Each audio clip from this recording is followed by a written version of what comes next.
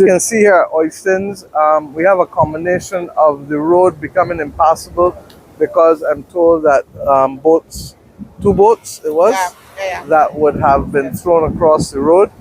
And as you can see, the BDF and MTW are both moving to get the debris out of the road. I've asked that we also clean the road before morning so that we can open back up the traffic. The strategic objective is to have Highway 7 be able to fully flow tomorrow morning. With respect to the issue of obviously the damage, you can see that the jetty where the diesel pump was, I'm informed that there's damage there, and there may be some other damage slightly underneath, but the sea is too rough for us to make that assessment at this point in time. The ice jetty, you can see, open to your eye, half of it is gone. So those assessments will have to be made in the morning when we can. With respect to the Bay Garden, there's a lot of cleaning up. As you can see, some of the stall owners have started. The NCC will come in the morning and help them as well. But the truth is that this behind part, as we back onto the beach, it may not make much sense doing any major cleaning tomorrow because we anticipate that the system which is coming Wednesday may add to the difficulties and the problems. So we will probably leave the heavy cleaning on the back end, on the beach side, until Thursday, or whenever there is the opportunity to do it after the Wednesday system passes. This is obviously, as I said, a hurricane that has left us with serious coastal damage and has caused damage to coastal infrastructure and assets. I haven't been able to go, and over the next day or two, we're going to have to see the extent to which there is further damage on the coast. But with the waves as they are, we can't do those kinds of damage assessments. Similarly, we anticipate that by tomorrow, we will be able to do the assessment of the schools to be able to make sure that there's no real damage to the schools. I can safely tell you there will be no school tomorrow, there will be no school on Wednesday. As to whether school will resume thereafter, consultations with the Ministry of Education and the Public Service and the unions will let us know, but for sure no school tomorrow and Wednesday. With respect to the airport, they will make an announcement as to what time tonight they will open. They're aiming for 7 p.m., but they're still confirming a few other things, so that I've asked them to make the public announcement on that.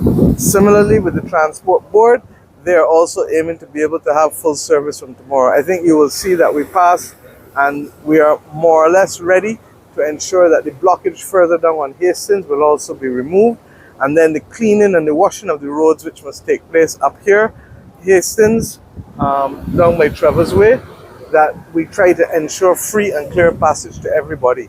There are dangerous, there is danger on the sidewalks in Hastings. The manholes are gone.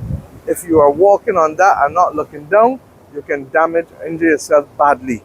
And therefore I've asked that they also ask the police for crash barriers to be able to cordon off those areas on the sidewalk so that nobody puts themselves at risk.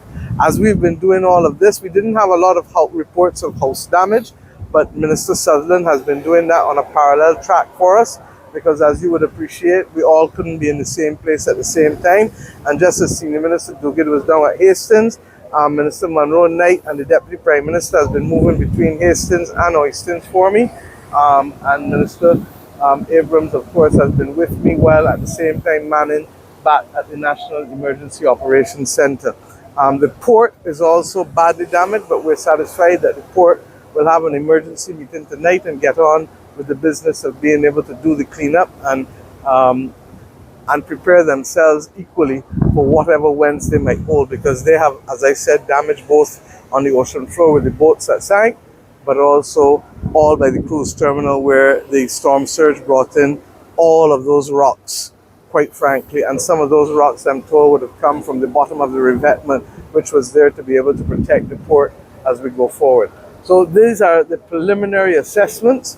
I said from the beginning this was going to be a long week, and we have to wait and see what Wednesday holds. I hope that it will not be as serious as this, but until we get the proper briefing from the Met Office and the Caribbean Institute for Meteorology and Hydrology and NOAA, we're not in a position to give any further definitive statements. We have so far have lost no lives in this system.